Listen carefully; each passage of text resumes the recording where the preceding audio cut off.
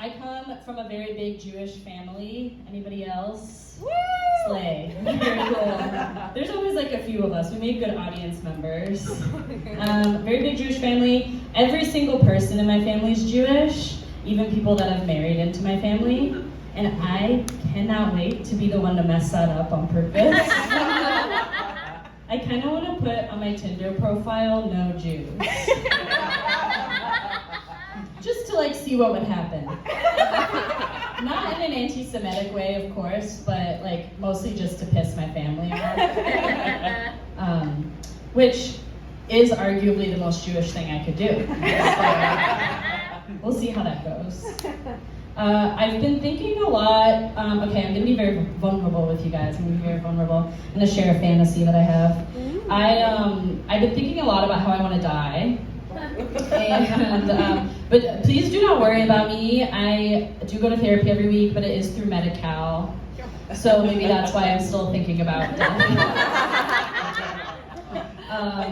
But I think like if I were to go, like how would I want to go out? And I think I figured it out. I'm so excited to tell you guys, okay. I think I want the skinniest, blondest twink in West Hollywood to push me off of the roof of the Soho House. And that's how I want to go. That's how I want to go. And this is also more of how I picture it. I've hired Billie Eilish. She's performing. She's singing that song about jumping off of a roof. You should listen to it. It's really sad. She has one. She's singing that song about jumping off of a roof. All my drag queen friends are behind me, like giving me a proper send off. They're like, "Yes, we loved him. Goodbye." And I just splatter all across Santa Monica Boulevard. Very glamorous. I actually don't know if that's where the West Hollywood Soho House is. I'm new here, but that's where I picture it being, so that's where it is. Yeah, I moved to Los Angeles a year ago, like last week, which is crazy. More on that later. I've been dating. Yeah, I've been dating. It's been very bad. It's been very bad. Some may say historically very bad. I am queer, which if you can tell by the fact that I'm dressed like a Hot Topic employee.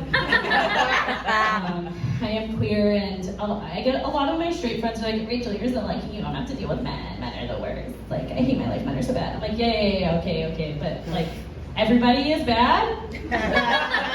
Like, everyone is bad. Being a bad human being, gender neutral.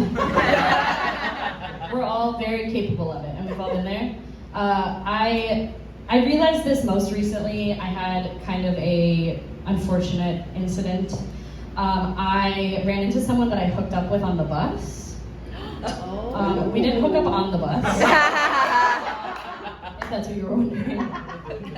But I did see them on public transportation, and and this is someone that had ghosted me. Important to the story. Yeah, big, huge boo. More on that later as well. Big, huge boo. And this is someone that had ghosted me, and they were a little bit older than me, like 4 or 5 years older than me. And I was like, okay, you know what? I'm just gonna go up to them. I'm just gonna be like, "What's tea? Hello, how are you?" And so I'm like mustering up the courage. I'm like about to go up to them, and I go up to them and I'm like, "Hey, long time no see. How's it going?" And they go, "Hey, kiddo."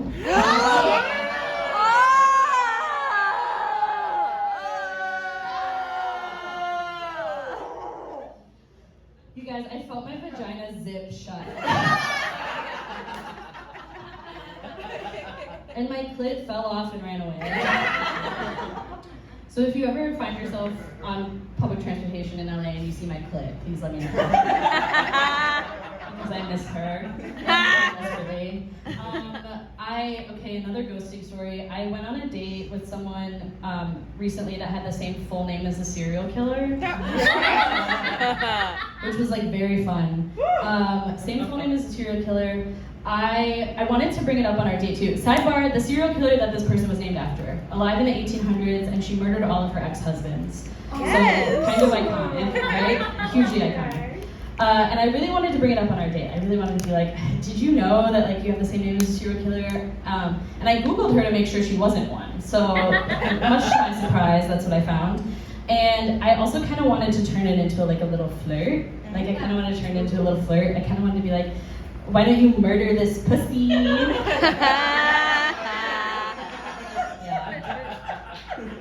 And then she did, and she ghosted me too. So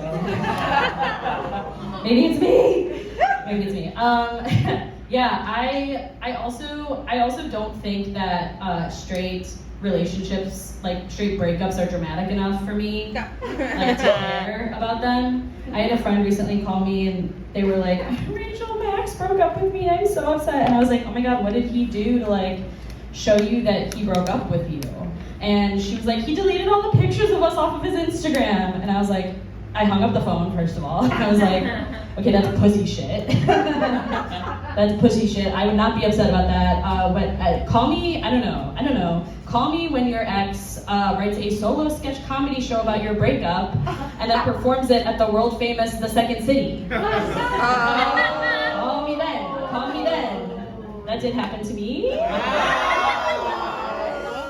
That did happen to me, and the worst part about it was not that like all of my dirty laundry was aired out for profit, but it was because the ending of the show featured a voice recording of a Tumblr post that I had written, and I really want my writing credit. Yes!